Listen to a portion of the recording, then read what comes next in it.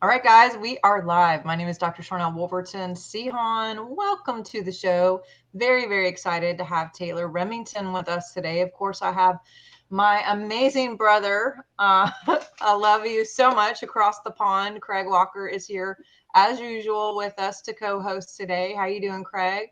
I'm very good, thank you. And again, I'm very excited to have Taylor with us. The reason being, many years ago, we've had Barbara Simons on the show talking about fundamentalist Christianity, and as a part of my journey, like I really got into sort of the Christian mystic movement, and started to listen to like Justin Abraham, Ian Clayton, Dr. O, and that's where I first heard Taylor, who he started a podcast called the Pneuma Project many years ago with Zach. Is that his name? Yeah, exactly. Zach, it blew my mind. It was just what I needed at the right time. Like asking questions. It was like a podcast that was just like things you were journeying and processing, and this kind of knowledge that you had talking about ancient Egypt, and you got Dr. O on the show. And I was there like, wow, this stuff's amazing, and it really set me on the path that I'm on today in many ways. Wow, so that's awesome. I'm very pleased to have you on, and be interested to catch up, know what you're about. Oh, yeah. And if you just fill us in, who are you? I mean, I've filled people in a little bit, but where are you? What you up to today? Yeah. No, thanks so much. Yeah, that was oh man, that was probably like 10 years ago or something that we had that podcast. But that was a super fun little short period we had there for a bit. The co-host Zach, he was doing some other professional work, and so we had to, stop some of it at the time. But yeah, we had a blast doing it. So it's cool to, it's an old throwback for sure. Yeah. So I'm out here in Spain. I live with my wife and our 1-year-old. We live in Catalonia. We live about an hour outside of Barcelona in a city called Girona. Can I just say, I was in this summer. I took my family to Tossa de Mar. Oh, Tossa de Mar is great. How far away are you from there? 35 minutes. Never. Wow. We could have met up if I'd have known. That's crazy. Yeah. We Tossa is just a short drive. So next time. Next time. Yeah. We'll definitely. Brian and I were actually over there too last April, so it's been a minute. But yeah, that's so cool. Yeah, and Dr. O, I didn't know the connection there, but I guess it was like 2010, I think, that I did a cruise thing with Ian, and Dr. O was one of the speakers as well. But I have a bunch of his books. I honestly can't say I ever read any of them, but they were given to me, and he's a beautiful man, and I don't really know too much about his teachings or anything. Brilliant man. Yeah. What we heard. Yeah. Yeah, no, definitely. Yeah. I studied with him for a long time, 8 years, something like that. And was, really involved with helping out activate and doing all that kind of stuff. But at the same time, pioneering my own thing, growing in my own, doing my own stuff as well.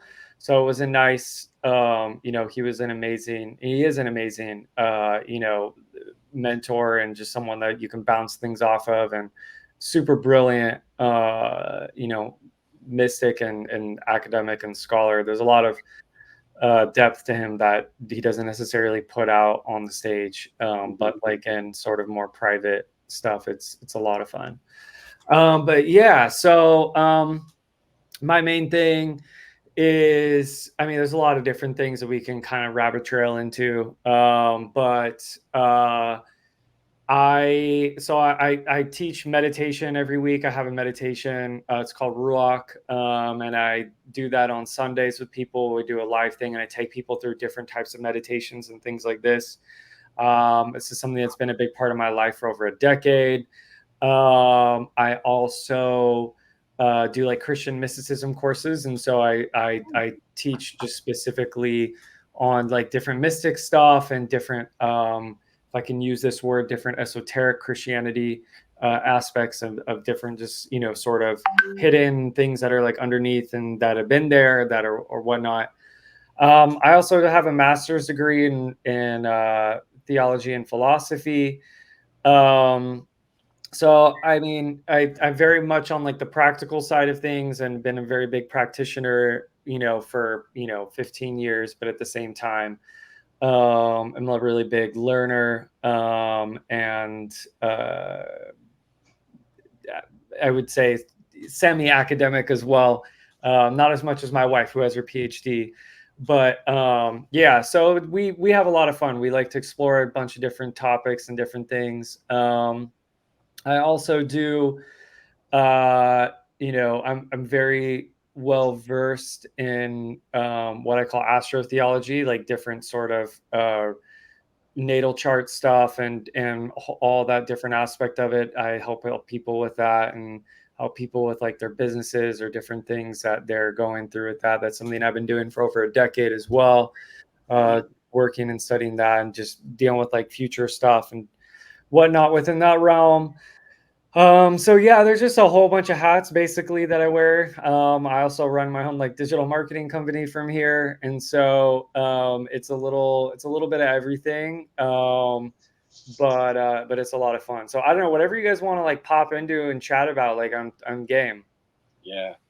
Awesome. Well, I mean, when I can't remember what it was. I think I did you put a post out or something. I can't remember what it was. And I mean, I've followed your stuff for a while. And I love kind of meditation, contemplative practice, and you're all about this. Personally, again, Sharnael and I, we have a large portion of our audience wouldn't necessarily say they're Christian. They might love Jesus and what he's about, that kind of thing, but they're it's, if you had to put a label on them, which I don't like labels, they would be classed as New Age, I guess. And just having this community where we can all come together, like you say, bounce ideas off each other. I mean, I'm kind of unapologetically Christ-centered, but not in a religious sense. And like what I mean by that, don't you? Totally. So for your kind of practice, if we're going to sort of meditation and that kind of thing, what's your process of entering in? Because I know like that kind of mystic circle is all about stepping in. And I remember Ian Clayton was get people to take a physical step to and things like that. I mean, we talk about chakras and energy centers. In fact, I remember Dr. O talking about those things years ago, and it went right over my head. Right. I mean, are you into that kind of thing, and you teach that kind of thing? Yeah, definitely. All the different aspects of it. I mean, there's different ways you can kind of play around with it, right? So you have the chakras, which is more of the central pillar system that you can work with, that are just, the 7 basic energy centers of the physical body. I mean, if there's a Christian listening to this, I mean, you have like your mind, you have your throat, you have your heart, you have your stomach, you have your, your sexual organs. These are all like really basic, like really important parts of our body that there's a lot going on. And then of course, then you have other types of sort of symbolic ways of dealing with it, depending on what you're trying to do. So you have like the Jewish Sefirot, the tree of life, which kind of works with the third eye, the throat, and the solar plexus a little bit different than let's just say like the straight pillar system, and not that one is necessarily better or whatever, but they're different ways of being able to understand what they're doing and what they're doing in the body. I mean, with even with the people I work with, I tell them, I was like, just because like the way that Christians even demonize it sometimes is that, well, I've seen this in a New Age shop, or I've seen this in like an Easter, this is a Hindu thing or something. But I was telling them, like, Hindus don't own like the kidney that's in your body. Like, these are just like basic things that exist within the physical, and if we want to use some other terms, the etheric and the astral bodies and things like this that exist. So there's a lot of different components that these things flow through. So yeah, my meditations, there's there are processes that we work with different types of things. my meditations are very how would I put them? They would say that they're very creative, and I'm very like attuned to the sort of therapeutic needs based on what's happening environmentally with people. And so every week the meditations are pretty different. Like they're not the same. It's not just like maybe like, like a simple breathing meditation. Like they're usually geared towards some sort of activity that I'm looking to either shift or get people deeper into, or something that I feel like, it needs to happen, based on like mental health things or various things that I feel cosmically or whatever that I can tell that, a lot of people are being affected by. And so the meditations, are, at least from my meditations that I do, come from like a Christian lens or Christian perspective. I'm working with those aspects of reality that are flowing through into creation, and so that's my specific thing that I work with. So but yeah, it's not like stepping in or something like this. It's very different than that sort of model of things. It's a whole range of things. It's learning how to use the mind. It's learning how to use the imaginative capacities. It's learning how to feel your body, learning how to become aware of different sensitivities in your body. It's learning how to hold focus so that you can shift and do certain things. It's learning how to become aware of the different subtle energies that are taking place in your system and in your body. And and it's working with archangels and a whole host of different things. And so it's kind of a wide range of things, working with the Holy Spirit, whatever. But so I can't really like kind of frame it up. It's kind of like, my main goal is to get people to really awaken and for them to be able to understand and for them to be empowered to, be the mystic that every soul can be, and working through the sort of things that we need to work through in our own physiology that causes these certain experiences not to happen, but use the shifting them so that experiences and various things do take place. Yeah. That is crazy. So I had someone contact me today because we had Barbara on, and they mentioned Kundalini and the demon part of that. I have my own understanding of that on a physiological expression, as far as the energy centers and like how it works up the spinal fluid, goes up to the brain. I have my own personal experience of things that kind of caught me surprised, even though I didn't believe in it at all. I had an emotional release the first time that I went. I really felt like God in me told me to go to this yoga thing, which was I don't know, over a decade ago. Got all kinds of shit about it. Just barely posted something as a question and said, what does everybody think about yoga? Mm-hmm. And I got like 700 warning messages of caution and like correction and negativity. And, and I threw it out there again, maybe like 5 years ago, just to see the temperature of, how is everybody now? And I think it went down to like 400 comments of fighting and whatever. And then I threw it out again, I think maybe like 2 years ago. And I'm just a data person. I look at data. I like to see like where everyone is growing, like where are we at now? Just throw that out there and see it. But what is your understanding of Kundalini with the energy centers and, how that works for you? And what do you say when people come and say like, oh my God, that's demonic and blah, blah, blah?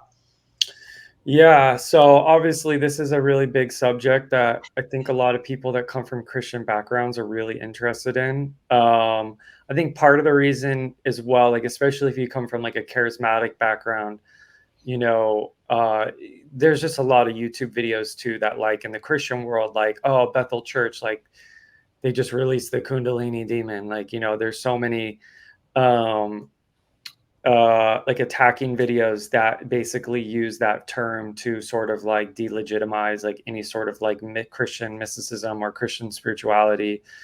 And also because the imagery itself within the Eastern context is serpent based, right? So it's depicted as a serpent, and then we're coming from a Christian tradition where the serpent is the, you know, antagonist that causes the fall.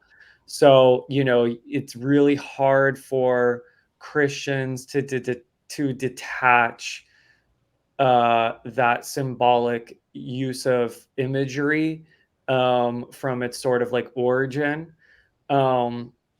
And that's like one thing that you have to deal with on like on a certain level is, you know, you have to talk about that, put that on the table, right? So on one level there's this symbolic issues that emerge, and then then there's just the lack of familiarity with one's own body, one's own energy, spiritual processes. Like we, especially in Christianity, we've totally neglected a lot of these, and neglected any sort of let's say initiatory processes that, you know, move into, that allows a person to move into different states of consciousness, to, you know, have different types of experiences or whatever.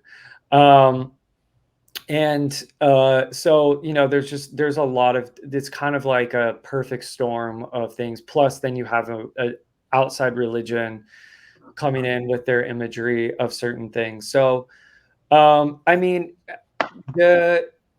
the reality of it, at least the way that I understand it, is that you know, there's very clearly, even in the Jewish system, right? So in the Jewish system and in the text, there's very clearly energies that move downwards. So the downward from like the head to the base of the spine, there's that sort of energetic flow. You know, we see this, let's say, symbolically in the Gospels with the dove coming down upon Jesus, right? That's a downward, that's an incarnational um, spirit flow, and that's why it also comes as a bird or an image, because once a spirit moves downwards, it takes on form. And so there's the energy that flows downwards. And then, you know, equally, there's an energy that flows upwards. And this energy that flows upwards is uh, in the East, right? So they call it Kundalini energy. And I would say in the Jewish tradition, they would have a different sort of terminology for it. It'd be like the return of Shekhinah. So this is the bottom. This is like, so the energy at the base of your spine in the Jewish tradition is Shekinah or Shekinah. And this thing raises back up into the crown. And so it's about returning, and it's about bringing this union from the Shekinah to the upper part. And the sort of experiences, I mean, you've experienced it, but the sort of output of that energy is a different thing than the output of the energy that moves downwards. Part of the church as well, like I mean, this is multifaceted, but on the base of the spine, right? So we're dealing with feminine energies. And so the church itself is very scared of the feminine and doesn't want to deal with anything that, you know, looks or talks or walks like a woman. Or some sort of feminine energy. And so there is, you know, femophobia. And so that doesn't help. And so the masculine energy that's moving downwards from the top, let's use those sort of simple binary terms, you know, the church is really interested in, and it has a real function and an outflow and a purpose that that is different than the sort of awakening you'll have if you move the energy upwards. Now, the only thing that I would just add to that, the sort of when the energy, so let's say the return of the Shekinah, like, you know, even they'll talk about it, the energy that when it moves upwards, it really does require you though to really work on your craft. Because you're dealing with the sort of fundamental aspects of the things that you were raised with, that you were programmed with, that you were, your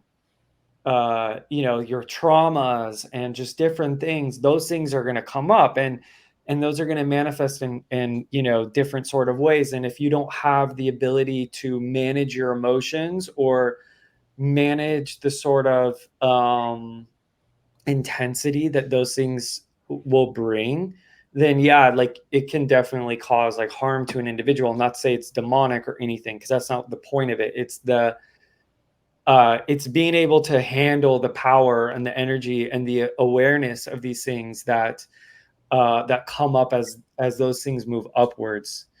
And I think we're getting to a place where people are getting better at those sort of things and being able to manage those sort of capacities.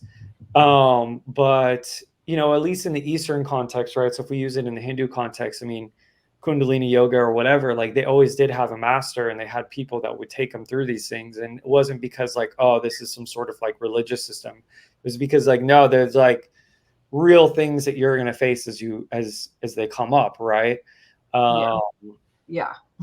And so, the downward energy flow, you don't really have that sort of baggage. You have more of like a recalibration of the mind, and sort of awareness of more, let's say, cosmic and multidimensional perspectives and things like this. Whereas the sort of lower energy that moves upwards is way more connected. You're going to be more connected to the earth. You're going to be way more connected to creation and understanding processes in creation. You'll be much more sensitive, compassionate, and this sort of, and it takes you into a sort of different sort of mode of experience that kind of brings a sort of embodied reality to it that's a little bit different than the sort of like top-down thing. So I mean, it's possible, like, right? So, I mean, you can potentially say, I mean, I don't know for sure if this is the case of it, but I think you can hypothetically throw this up on, you can pin it on a board and say, hey, this is possible.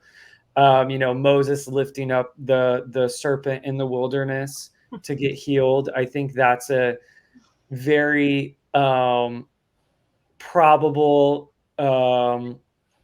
sort of passage is dealing with this. And then you have Jesus, obviously, with Nicodemus and saying that, or I guess you have the passage where Jesus says that like the serpent, the Son of Man must be lifted up. And then there's something too, and with Nicodemus, I'm trying to remember what he says, but he says something about like, I think it's the Son of Man being raised up. So there's a movement, definitely. I definitely, there are these sort of,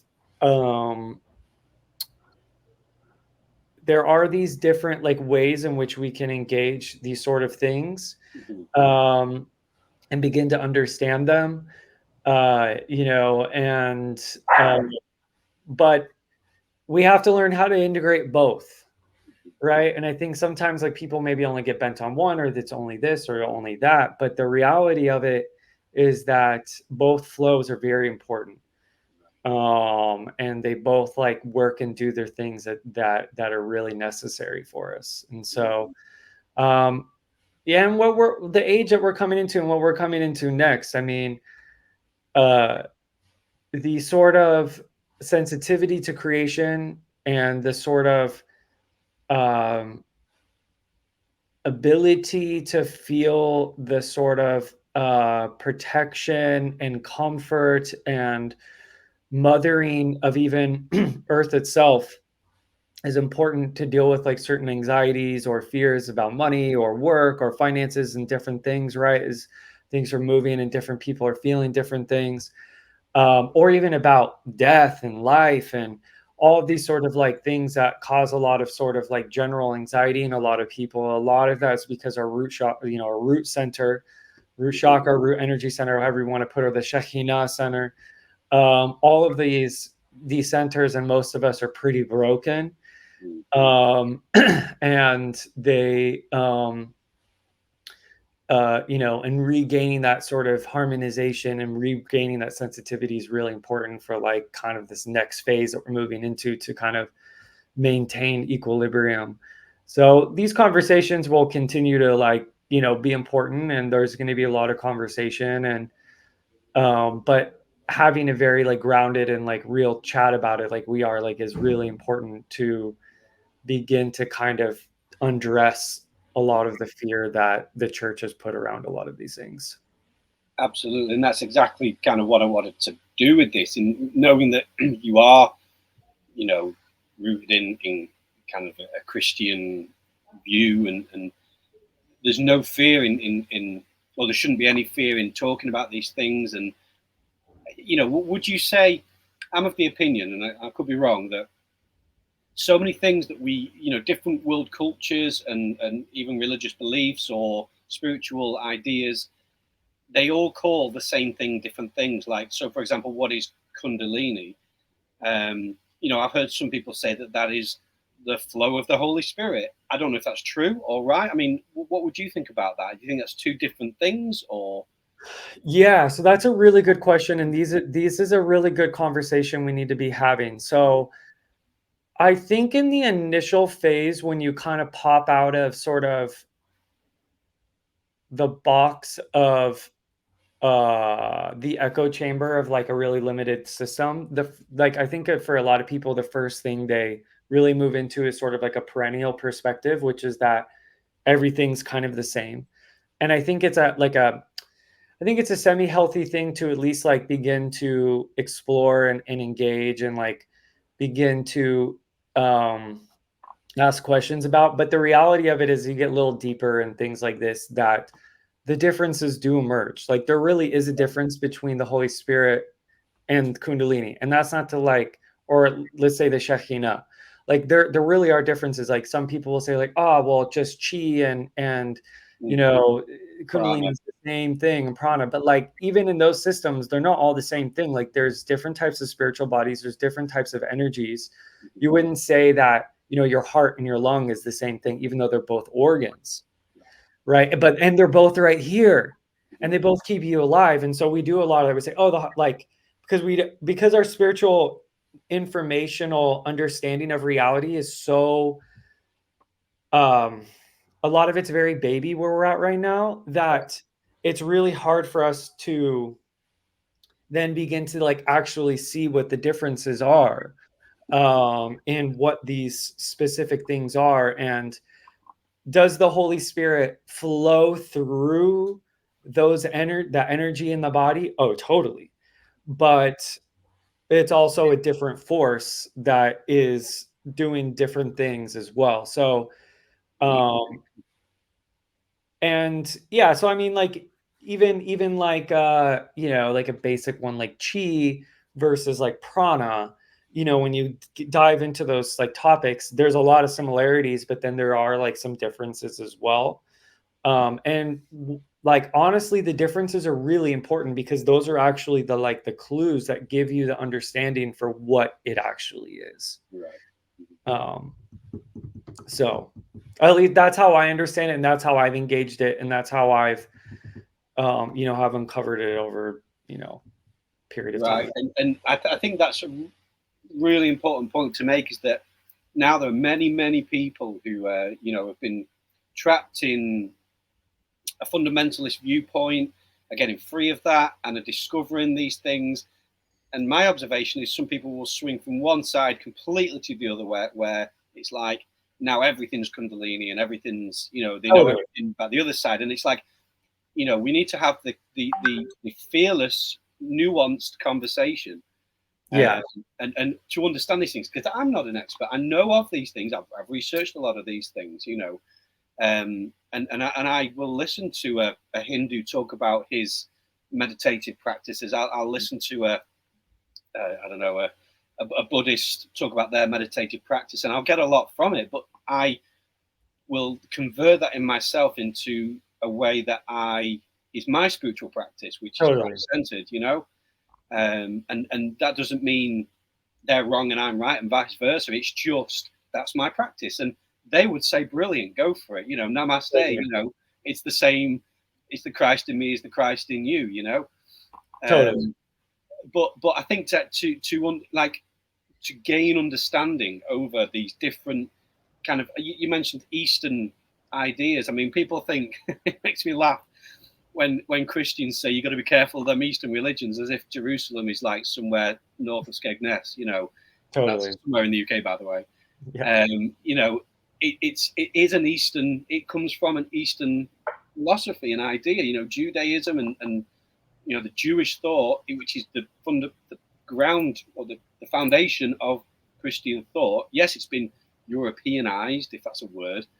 But I think what we're doing is we're finding the roots again of the faith, and it ties in a lot with these other spiritual ideas.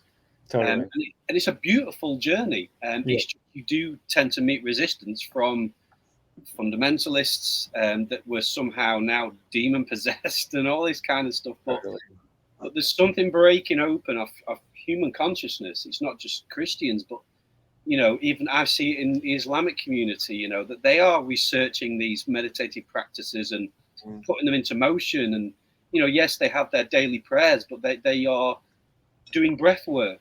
And it's like, it's brilliant to see. I mean, do you have only Christians come to you, or do you have people of all different kind of beliefs and backgrounds? I would say like majority of like at least the on ROOAKH is, if not everyone, is probably Christian. I mean, I've obviously have spent time with a bunch of different groups and different peoples at different levels of things. But that's primarily like the people that I work with. But to bounce off what you're saying, I mean, this is the age or the time where East is meeting West and West is meeting East, and there's nothing we can do about it with it. Like it's just gonna happen. And I think it's really good for us. And I think there's a lot of even Christian things that have been lost, that will be reawakened and has been reawakening and is reawakening in convergence with Eastern philosophy and Eastern metaphysics and things like this that had ripples in Western sort of things like a Meister Eckhart or something like this, but was still just a really small minority of mystics. And so this sort of convergence point is really interesting, the time that we're in right now. And just tell people, like, just buckle up and just be ready to change, because we're really privileged actually to like not be in the 1800s in the middle of a prairie somewhere where all you'll ever get is some like local pastor that doesn't really know anything, and you don't have access to anything. You may not even be able to read, and what you get is what you get at that like Baptist church at a pulpit on a Sunday, and like that's rough. And so the fact that we're not, that we're very privileged, and I'm very thankful that that's not my reality.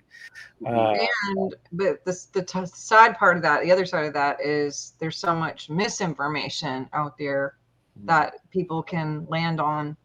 Oh, totally. It's easy. And gosh, I was literally watching Little House on the Prairie yesterday.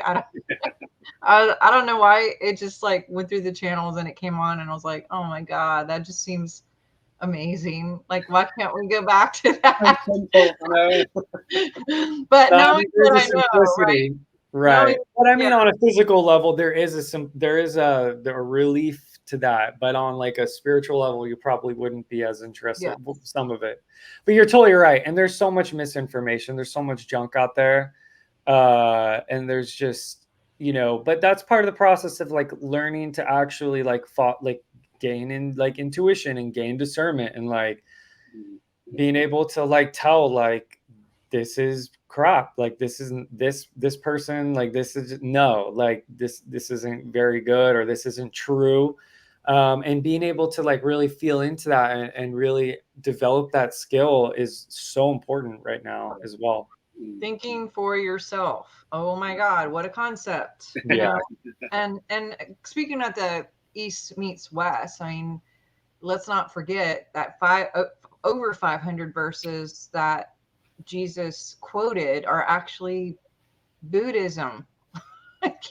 So there's all of that where, there's a lot of texts that say that Jesus studied all of that, so it is what it is. And I just love people who are great with doing the digging, having the courage to look, having the courage to think for themselves, ask the questions, be willing to look foolish, get kicked out of places, all the things, in the name of love, in the name of truth, in the name of the journey or the experience. Totally. And we're seeing that, I think there's a mass exodus of people leaving these programs, especially with some of the catalysts that we've had in the last few years that were meant for a social engineering division, but actually I think caused a ripple effect, kickback, where people are like, whoa, that's a little bit too much. And wait a minute, what am I thinking? And why am I doing this? And,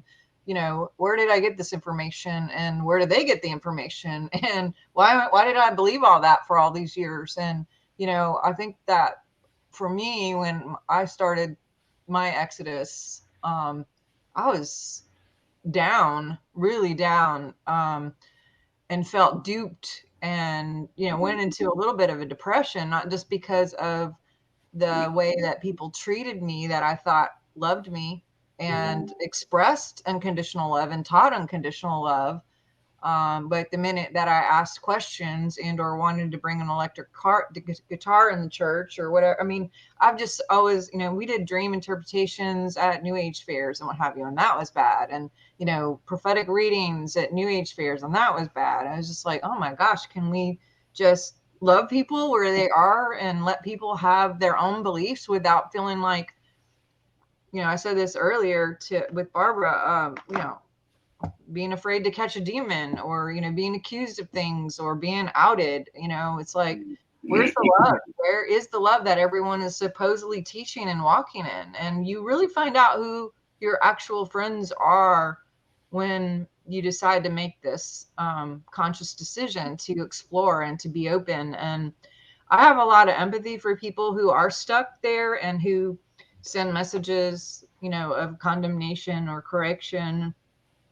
Sometimes it's actually a little annoying at times, but then I have to go back and go, okay, you know what? I was there with the Turn or Burn t-shirt and the honk if you love Jesus shit. And so I love Jesus and there's nothing wrong with that. It's just, but there's so much more. There's so much more. There is so much more.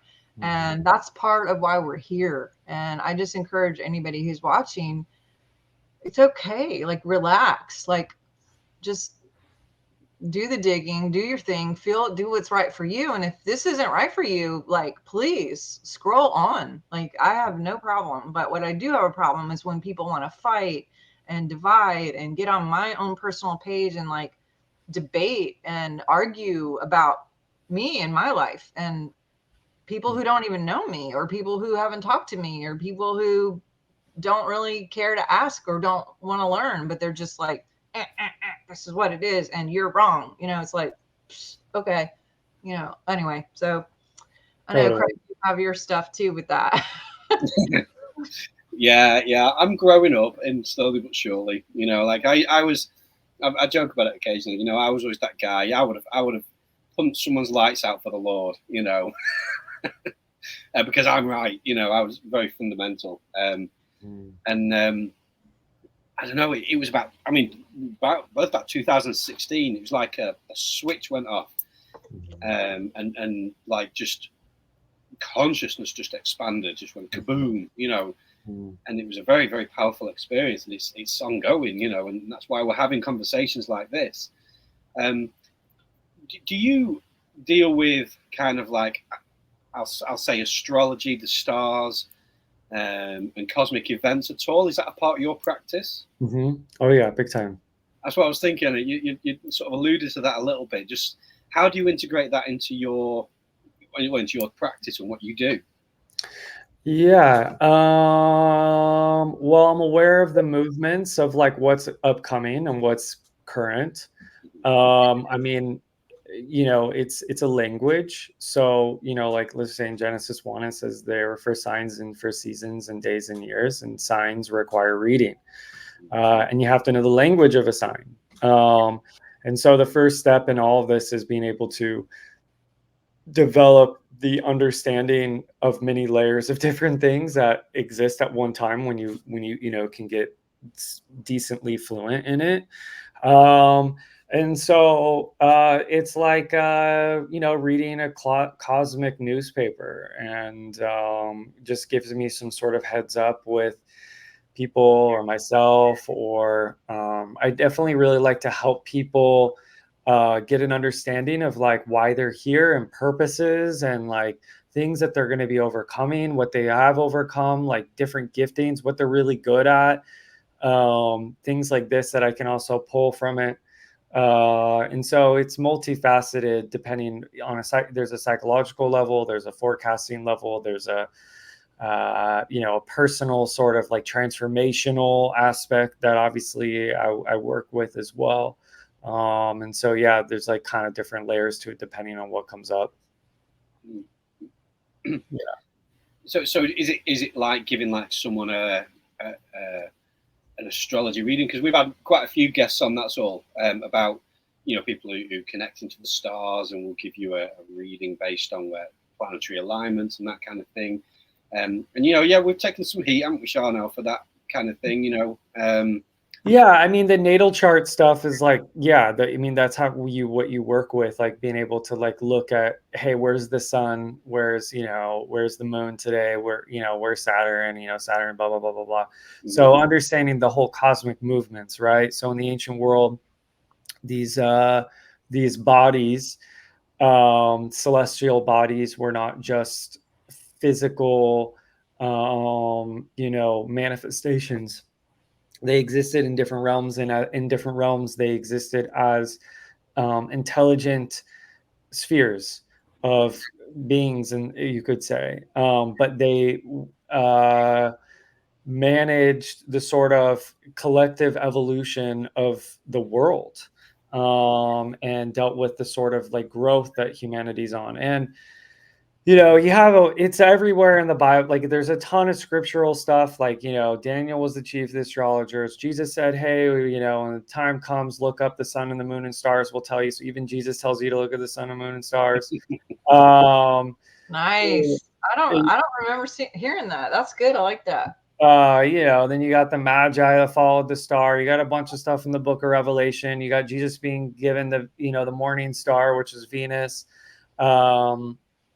Which I think is, I believe, in Venus in retrograde, which is another interesting thing. Venus is an interesting, thing. There's stuff we could go into, but, so there's a lot that's there. And, it wasn't until much later that these things became demonized, and seen as something negative. I mean, for a long time, this was a very basic, tool of understanding things, and being able to understand, the sort of processes that people were going through and what the world is going through, and so on and so forth. So, but yeah, it's a really important tool that more people, especially like millennials, like younger, like my generation, like it's pretty normal and common, having conversations about these sort of things.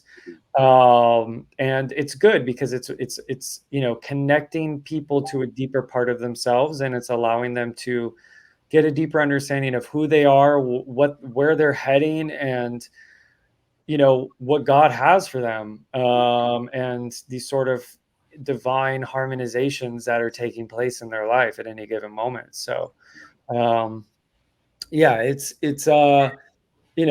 so anyways, this could be a whole other hour or whatever, but we are kind of just like skimming over things. But one thing I really wanted to ask you before we end is big thing that we've been on. One of the things that connected Sharnael and I, aliens. The big A.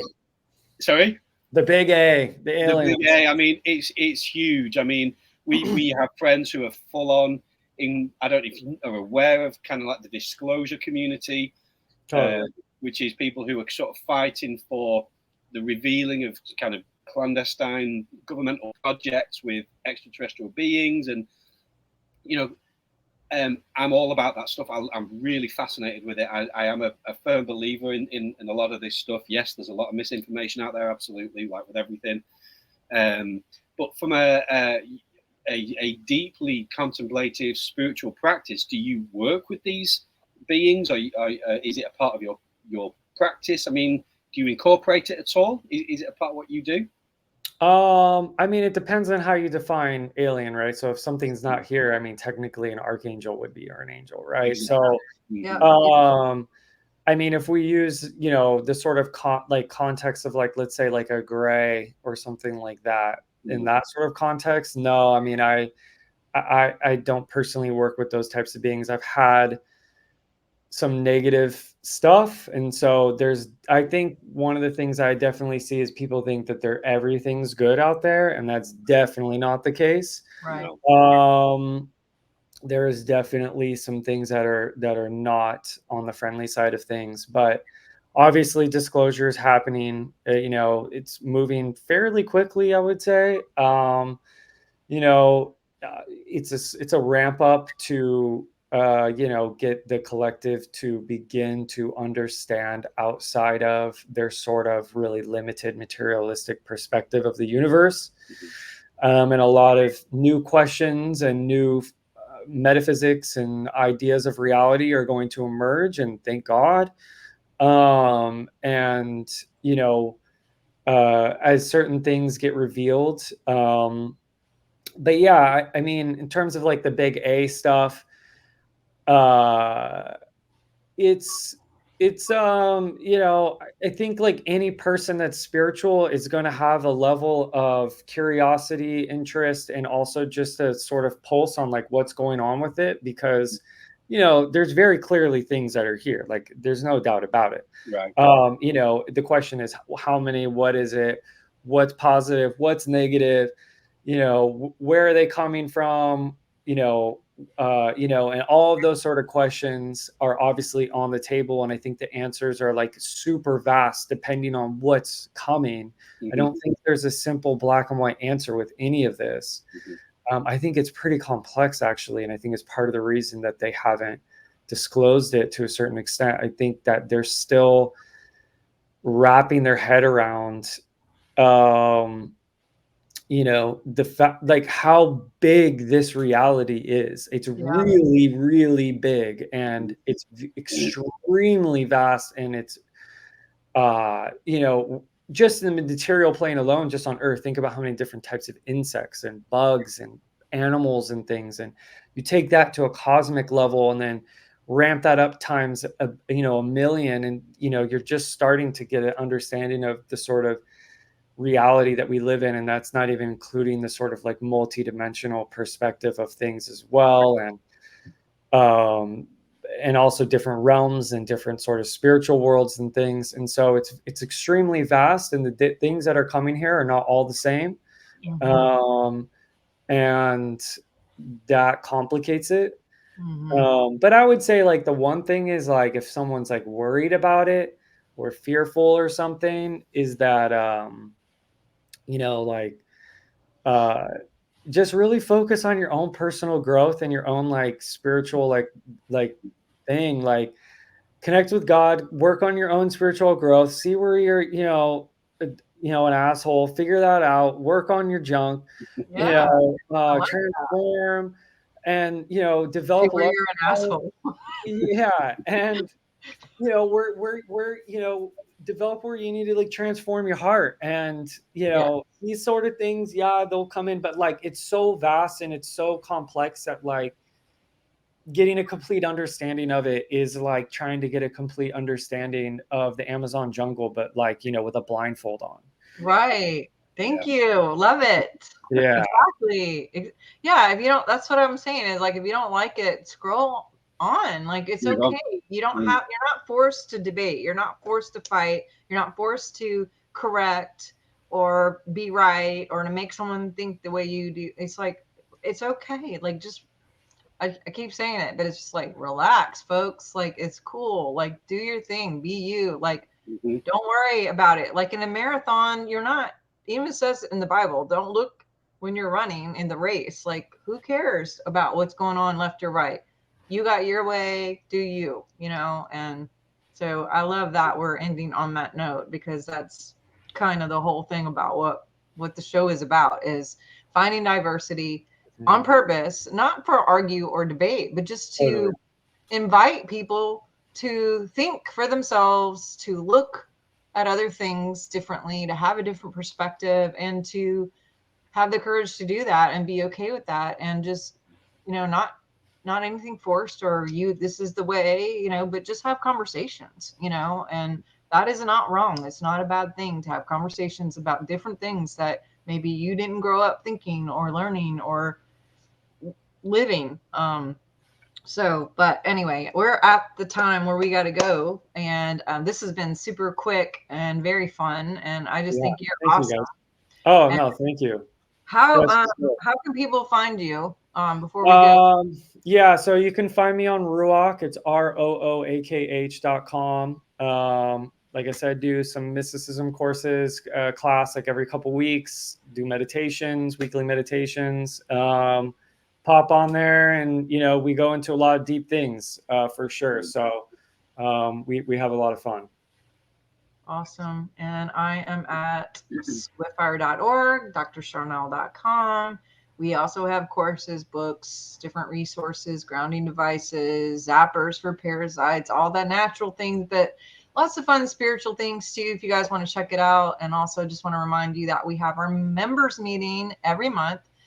For those of you who are interested in joining as a member, we definitely appreciate you guys who are out there helping support this channel to keep going and doing our thing. It only is the price of a coffee, you know, for a whole month, and you get a lot of different content, a lot of opportunities to participate and hang out on a one-on-one basis, where we actually look at each other's faces and have conversations on a Zoom, and participate with each other and have different guests and content that isn't out there public, as well as giveaways and kind of fun discounts and things like that. So definitely consider that. And of course, Craig, you have your meditation channel, and where can people find you? Yeah, so it's Craig W. Ascension Meditation. I do music using frequencies. Taylor, feel free to have a look. Oh yeah, I will definitely check it out. Yeah, I like really sort of ethereal big soundscapes. It helps me in my meditation. Yeah. That's what I started it for my own enjoyment and indulgence, and then I forgot about it. And then one time I looked, a video's got 10,000 views, you know. So I kind of picked it up again, and I've been doing a few videos on that. So I really enjoy it. Again, I do it for my own pleasure, and I share it with everyone. I'm in a band called Nth Ascension. I do play drums.